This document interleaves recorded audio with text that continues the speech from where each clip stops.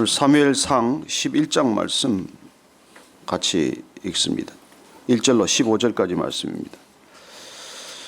시작. 암몬 사람 나하스가 올라와서 길르앗 야베스에 맞서 진침해 야베스 모든 사람들이 나하스에게 이르되 우리와 언약하자.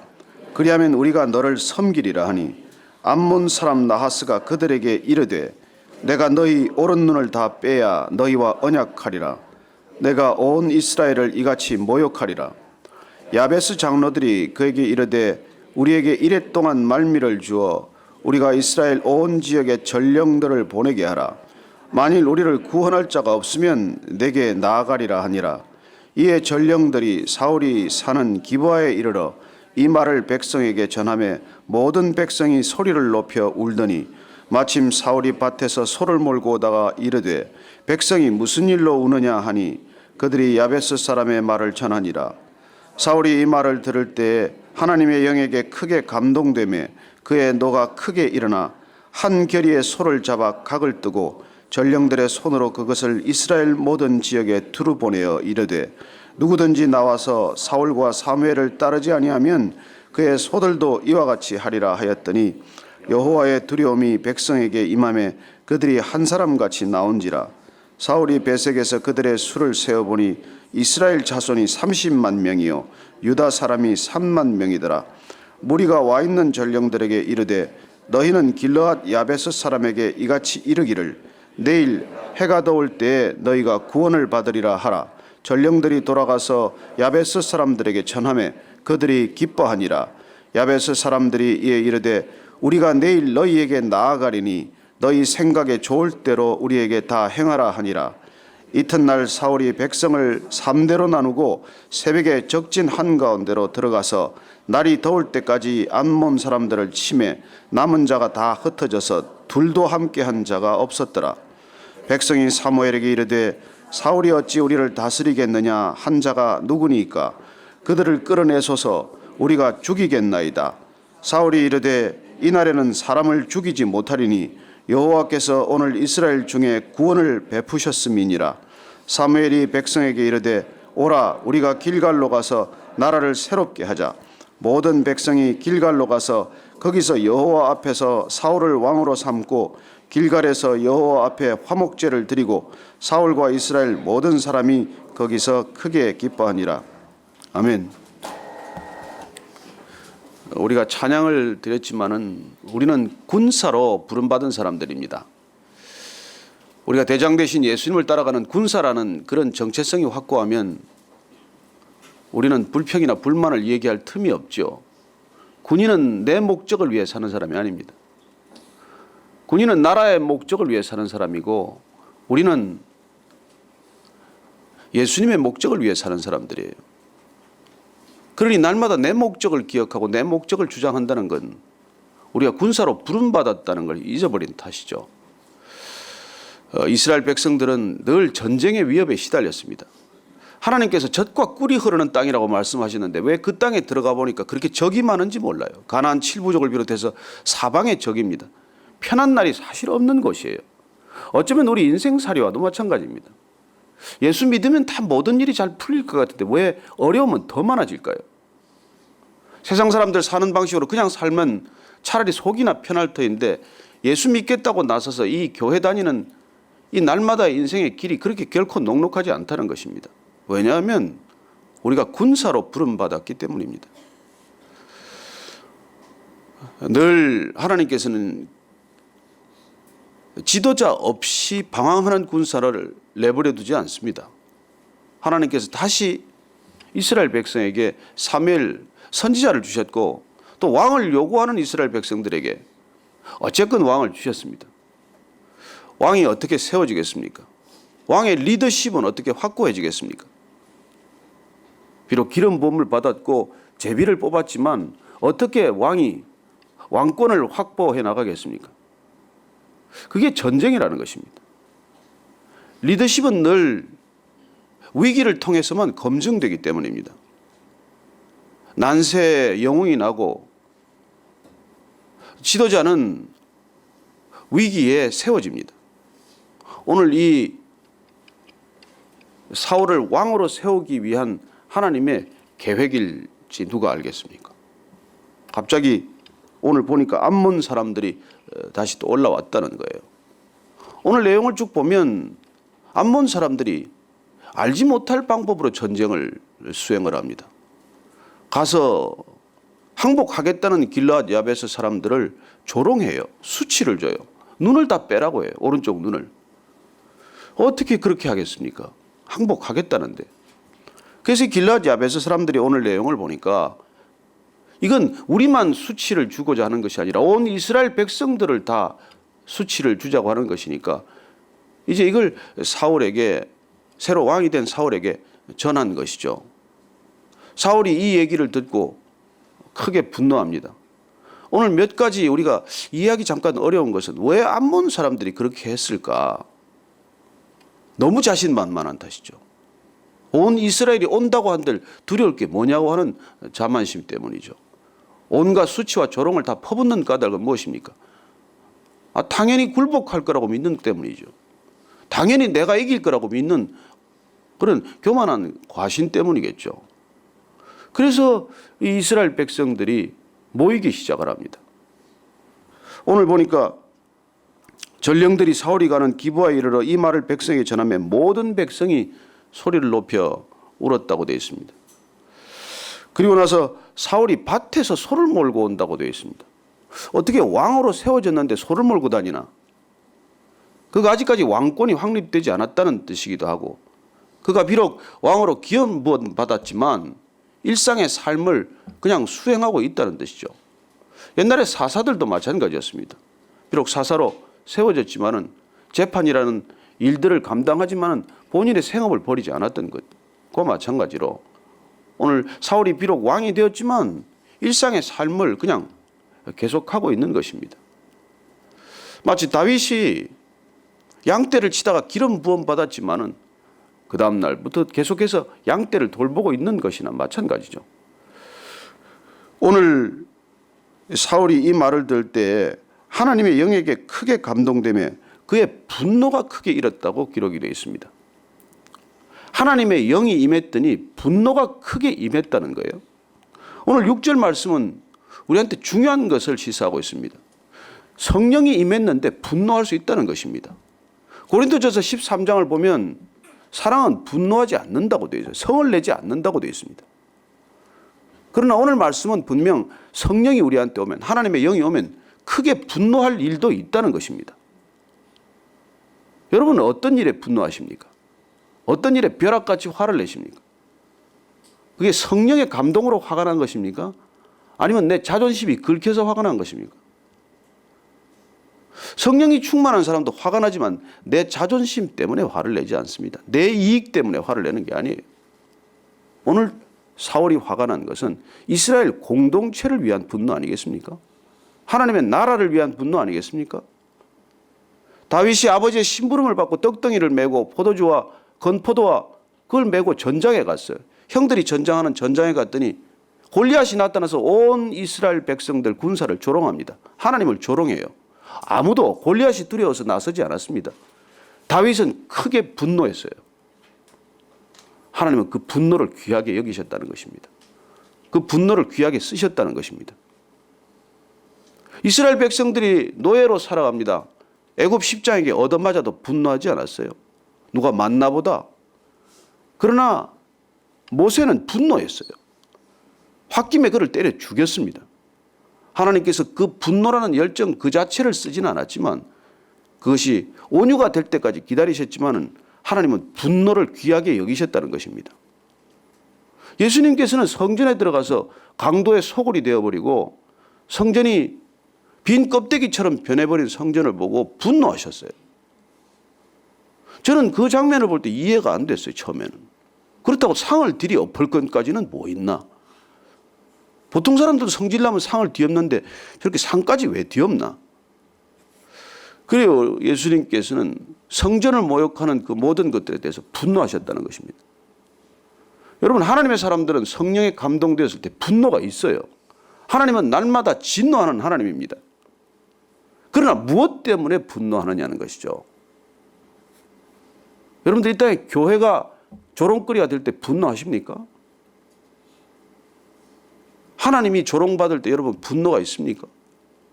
사랑하신다면 분노하겠죠. 교회를 사랑하신다면 교회가 세상 사람들의 비난거리가 되고 손가락질을 받고 조롱받는다면 분노가 있겠죠. 교회에 대한 사랑이 없다면 분노 안 생깁니다. 남의 자식에게 왜 분노합니까? 여러분, 크리스찬이 된다는 것은 하나님의 일에, 하나님의 공동체의 일에 대해서 분노가 있다는 것입니다. 저는 여러분들이 개인적인 일로 화내지 않게 되기를 바랍니다. 내가 좀 욕을 들었다고, 내가 좀 손해봤다고. 여러분, 손해볼 때는 오리를 가자 그러면 심리 가주면 끝나요. 겉옷을 달라면 속옷까지 주면 끝나요. 하나님은 그런 일에 화내라고 하지 않습니다. 너 자존심이 좀 뭉개졌다면 더 뭉개지도록 내버려 두라는 것입니다. 그러나 우리가 하나님을 위해서, 하나님의 나라가 조롱받을 때는 분노할 줄 알아야 된다는 것입니다. 왜 이 교회가 우리가 지금 시작이 됐습니까? 어쩌면 하나님의 분노에 대한 마음 때문이죠. 교회가 왜 사람한테 조롱거리가 됩니까? 어떻게 하나님의 얼굴이 조롱거리가 될 수 있습니까? 저는 여러분들이 하나님이 친구 삼아주셨다는 찬양을 올려드렸다면 하나님의 친구답게 행동하고 사시게 되기를 바랍니다. 우리 보고 하나님은 없어, 그런 하나님 너희나 잘 믿어, 그런 얘기 들으세요. 어떡하겠습니까? 오늘 보니까 사울이 분노했다는 거예요. 소 2마리에 각을 떠서 다시 이스라엘 모든 지파들에게 보냅니다. 동참하지 않는다면 너희들의 소도 이같이 다 각을 뜨고 말겠다는, 어떻게 보면 협박성이에요. 그랬더니 이스라엘 백성들 전부에게 하나님의 두려움이 임했다고 되어 있습니다. 그리고는 어떻게 보면 총동원령의 소집령에 응한 사람들이 북이스라엘에서 30만 명이고 유다가 3만 명입니다. 이렇게 이스라엘과 유다로 나눈 것 자체가 사실은 좋은 계수법은 아니죠. 나중에 기록됨으로써 이런 기록이 나왔겠지만 나중에 르호보암 왕 때 결국은 분열이 되지 않습니까? 이렇게 남유다와 북이스라엘로 갈라지게 되는 어떤 단초를 보는 듯한 것이죠. 오늘 9절 말씀을 한 번 더 읽어보십시다. 이제 모여서 어떻게 하는지. 시작. 무리가 와 있는 전령들에게 이르되 너희는 길르앗 야베스 사람에게 이같이 이르기를 내일 해가 더울 때 너희가 구원을 받으리라 하라. 전령들이 돌아가서 야베스 사람들에게 전하매 그들이 기뻐하니라. 자, 모여서 뭐합니까? 너희가 구원을 받으리라. 위기에 빠진 사람, 두려움에 빠진 사람, 어쩌면 전쟁에 항복할 수밖에 없고 눈이 다 빠져야 할 그런 두려움에 있는 사람들에게 무슨 소식을 전합니까? 너희가 내일 해 뜰 때, 날이 더울 때 구원을 받으리라. 이게 하나님의 군사들이 전하고 다니는 메시지입니다. 너희가 구원을 받으리라. 우리는 믿지 않는 사람들을 향해서 선포해야 합니다. 너희가 구원을 받으리라. 주 예수를 믿으라. 그리하면 너와 내 가족이 구원을 얻으리라. 이게 우리가 가지고 있는 유일한 메시지 아닙니까? 구원을 얻으리라. 이 구원을 얻으리라는 건 우리 능력입니까? 아니요. 하나님의 이름을 빌어 선포하는 것입니다. 그냥 담대하게 선포하는 거예요. 너희가 구원을 받으리라. 그때 그들이 기뻐했다는 것이죠. 구원의 소식에 대해서 기뻐했다는 것입니다. 오늘 보니까 야베스 사람들에게 이제 가서 좀 속여요. 근데 이렇게 말합니다. 내일 너희에게 가서 우리가 몽땅 항복할 터인데 그러면 너희들 좋을 대로 해라. 이렇게 이 암몬 사람들을 안심시켜 놓죠. 그리고 이튿날 사울은 백성을 세대로 나눠서 새벽에 그야말로 기습 공격을 감행합니다. 얼마나 방심하고 있었겠어요. 뭐 전쟁 다 끝난 거나 마찬가지죠. 승리는 이제 내 손에 들어와 있습니다. 그러나 아침에 새벽에 기습 공격을 받고는 사람들을 쳤더니 남은 자가 흩어져서 둘도 함께 한 자가 없더라. 뿔뿔이 다 흩어져서 다 도망가고 둘이 모여서 도망가는 사람도 없었다는 얘기겠죠. 자, 이렇게 해서 전쟁은 큰 승리로 끝났습니다. 길르앗 야베스 사람들은 사실 이 베냐민 사람들, 베냐민의 지파에서 왕이 나온 사울과 각별한 관계라고 여겼을 것입니다. 사사기를 보면은 이 베냐민 지파가 온 이스라엘과 전쟁 내전에 들어갔을 때 길르앗 야베스 사람들은 그 전쟁에 동참하지 않았습니다. 그런 역사적인 배경도 있겠죠. 어쨌건 사울은 길르앗 야베스를 구했습니다. 그리고 요단 동편에 있던 암몬 족속들, 야복강과 아르논 강 사이에 위치했던 강한 족속들입니다. 사실 선조들은 룻의 자손 아닙니까? 룻의 둘째 딸이 아버지와 낳은 딸 베나미의 자손들입니다. 그래서 형제로 사실 여길 만한 사람들이죠. 그럼에도 불구하고 이제 이스라엘을 침공했다가 큰 패배를 맛보게 됩니다. 전쟁은 승리로 끝났어요. 위기가 끝났을까요? 전쟁이 끝나면 위기가 끝난 것입니까? 아니요. 위기는 계속됩니다. 오늘 12절 말씀 같이 한번 읽겠습니다. 시작. 백성이 사무엘에게 이르되 사울이 어찌 우리를 다스리겠느냐? 한 자가 누구니이까? 그들을 끌어내소서 우리가 죽이겠나이다. 사실 위기는 전쟁 자체보다 전쟁을 이겨낸 승리에도 더 큰 위기가 도사릴 수 있습니다. 전쟁은 끝났어요. 그랬더니 뜻밖의 사울에게 충성하는 사람들이 와서 속삭입니다. 그 전에 우리가 앞장에 10장에 보면은 사울이 왕으로 제비 뽑혔을 때 저자가 무슨 우리를 구원하겠느냐. 불평하고 그에게 예물을 드리지 않고 그냥 멸시했던 사람들이 있습니다. 이 사람들 살생부를 적어와 가지고 지금 사울을 뒤흔드는 것입니다. 이 사람들 가만두면 안 됩니다. 사울 왕의 왕권을 확립하기 위해서도 이 사람들 가만두면 안 됩니다. 이 사람들 우리가 손 좀 보겠습니다. 우리가 손에 피를 묻힐 테니까 그냥 사울 왕은 잠잠히 보고 계십시오. 어쩌면 모른 채 하면 될 일일지도 몰라요. 어쩌면 이때가 사울에게는 전쟁보다 더 큰 위기인지도 모릅니다. 전쟁은 적과 싸웠어요. 대적과 싸운 일입니다. 그러나 지금 승리 이후에 자칫하면은 동족들과 싸움이 일어날 수 있다는 것이죠. 여러분, 가장 큰 영적 분별력은 무엇입니까? 적과 아군을 구분하는 일이에요. 여러분, 적과 아군을 구분하는 일이 어긋나면 인생 뒤죽박죽입니다. 왜 인생이 무르익은 나이에 실패들 하십니까? 가장 가까운 사람들과 싸우기 때문이에요. 여러분, 부부 싸움해서 잘 되는 가정이 있습니까? 아내나 남편이 적입니까? 내 자식들이, 자녀들이 적입니까? 아니잖아요. 그런데 누구하고 가장 많이 싸울까요? 여러분, 오늘 전쟁은 끝났어요. 근데 와서 흔드는 거예요. 가만 내버려 두면 안 됩니다. 가만 내버려 두면 안 됩니다. 이때 사울이 말합니다. 13절, 14절 말씀 같이 한번 읽겠습니다. 시작. 사울이 이르되 이날에는 사람을 죽이지 못하리니 여호와께서 오늘 이스라엘 중에 구원을 베푸셨음이니라. 사무엘이 백성에게 이르되 오늘 우리가 길갈로 가서 나라를 새롭게 하자. 사울이 다행히 이 살생부를 폐기합니다. 옛날에 이명박 대통령 되자마자 서울시장 할 때 반대했던 사람들 살생부를 가져왔어요. 그리고 대선을 치를 때 꼭 손 좀 봐야 될 사람들 명단을 가져왔습니다. 열어보지도 않고 그걸 폐기했다고 하더라고요. 그래서 저는 믿음의 사람들이 그런 분별력이 있기를 바랍니다. 누가 와서 이 사람 저 사람 소리 할지도 몰라도 그냥 덮어두십시오. 하나님한테 맡기십시오. 하나님이 해결하실 것입니다. 그 살생부 봐서 뭐 하겠어요? 그리고 우리한테 생사 여탈권이 있습니까? 우리가 누구건데? 그래, 오늘 특별히 하나님께서 승리를 허락하셨다는 것 기억했습니다. 이 승리가 누구 때문에 있다는 것. 그리고 하나님께서 허락하신 승리라면 하나님이 허락하신 그 승리의 날 왜 우리가 다시 하나님의 마음을 아프게 하는 일을 하겠냐는 것이죠. 사무엘이 나서서 전부 백성들을 데리고 길갈로 갑니다. 요단강을 건널 때 길갈에서 할례를 행했던 곳입니다. 다시 한번 이스라엘 백성들이 하나 되는 놀라운 그런 기념비적인 일들을 이루어 나가는 것이죠. 모든 백성이 길갈로 와서 거기서 여호와 앞에서 사울을 왕으로 삼고 길갈에서 여호와 앞에 화목제를 드리고 사울과 이스라엘 모든 사람이 거기서 크게 기뻐하니라. 모든 사람들이 하나 되었을 때 이런 큰 기쁨이 있다는 것입니다. 왜 우리 안에 기쁨이 없습니까? 여전히 우리가 화해하지 못한 부분, 서로 용납하지 못한 부분이 있기 때문이겠죠.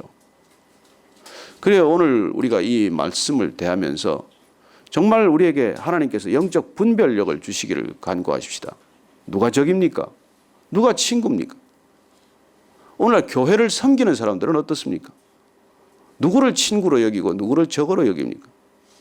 늘 교회가 분열하는 까닭은 밖에 대적을 두고 늘 안에 친구를, 형제를 적으로 삼았기 때문이겠죠. 오늘 우리가 이 말씀을 다시 읽으면서 기도할 제목을 같이 나누었으면 합니다. 첫째는 우리가 하나님 앞에서 정말 대적과 친구를, 형제를 구분할 수 있는 영적 분별력이 흐려지지 않게 하여 주옵소서. 내 안에, 우리 가정 안에 주신 하나님의 소중한 사람들이 있습니다. 그 사람 가장 가까운 사람들입니다. 절대 적으로 삼지 않게 하여 주옵소서. 사랑하는 자녀들이 있습니다. 그 자녀들 이렇게 하나님 앞에 바로 설 수 있고 하나님께 쓰임 받을 수 있고 화목 제물 같은 자녀들 되게 해주십시오. 그렇게 한 목소리 같이 기도하겠습니다. 하나님 아버지, 주님께서 우리에게 군사로 부르셔서 군사로 징집받았습니다. 어디를 가나 사방의 대적들입니다. 우리 안에 하나됨이 있게 하시고 우리 안에 온전히 화합과 용납과 하나됨이 있게 하셔서 대적을 상대하기에 부족함이 없게 하여 주옵소서. 가장 가까운 사람들을 적으로 삼지 않게 하시고 가장 가까운 가족과 믿음의 형제들을 적으로 삼지 않게 하여 주옵소서. 우리 안에 분열이 없게 하여 주옵소서. 서로 사랑하게 하여 주옵소서. 그리하여 대적을 상대함에 부족함이 없게 하시고 저 대적들 무릎 꿇리는 데 부족함이 없게 하여 주옵소서. 하나님, 우리한테 그런 영적 분별력이 있게 하여 주옵소서. 날마다 주님 앞에 부름받은 군사로 살게 하여 주옵소서. 우리의 정체성에 흔들림이 없게 하여 주옵소서. 내가 누구인지를 잊지 않게 하여 주옵소서. 군사로 군사된 자 살게 하시고 정말 민간인처럼 살게 하지 않게 하시고 항상 주 앞에 부름받은 군사로서 신발끈을 메고 갑옷을 입고 투구를 쓰고 성령의 그 말씀의 금을 가지고 늘 대적들과 상대하는 저희들이 되게 하여 주옵소서. 하나님 함께 하여 주시옵소서. 하나님 아버지, 주 앞에 군사로 부름받은 것을 날마다 기억하게 하여 주옵소서. 구원의 투구를 쓰고 성령의 금을 들고 말씀의 금을 들고 방패를 들고 갑옷을 입고 그리고 날마다 주 앞에서 군사로 살아가는데 게으르지 않게 하시고 졸지 않게 하여 주옵소서. 하나님, 친구로 형제로 주신 사람들을 적으로 오인하지 않게 하시고 가장 가까이 있는 사람들을 적을 상대하듯 그렇게 상대하지 않게 하여 주옵소서. 이제는 십자가에서 화목 제물 대신 우리 구주 예수 그리스도의 은혜와 그 화목 제물을 통해 우리 모두가 하나 되도록 놀랍게도 은혜를 베푸시는 하나님 아버지의 크신 사랑과 날마다 대적과 형제를 구분하게 하는 성령님의 분별케 하심이 이 아침에 다시 한번 대적 암몬을 물리치고 길갈에 모여 온 백성들이 하나 되어 기쁨의 노래를, 승리의 개선가를 불렀던 그런 믿음의 사람들 같이 되기로 결정한 이 자리에 고개 숙인 베이직교회 성도들 한 분 한 분 머리 위에 그리고 가정과 일터 위에 지금부터 영원까지 함께 하옵시기를 축원하옵나이다. 아멘. 아멘.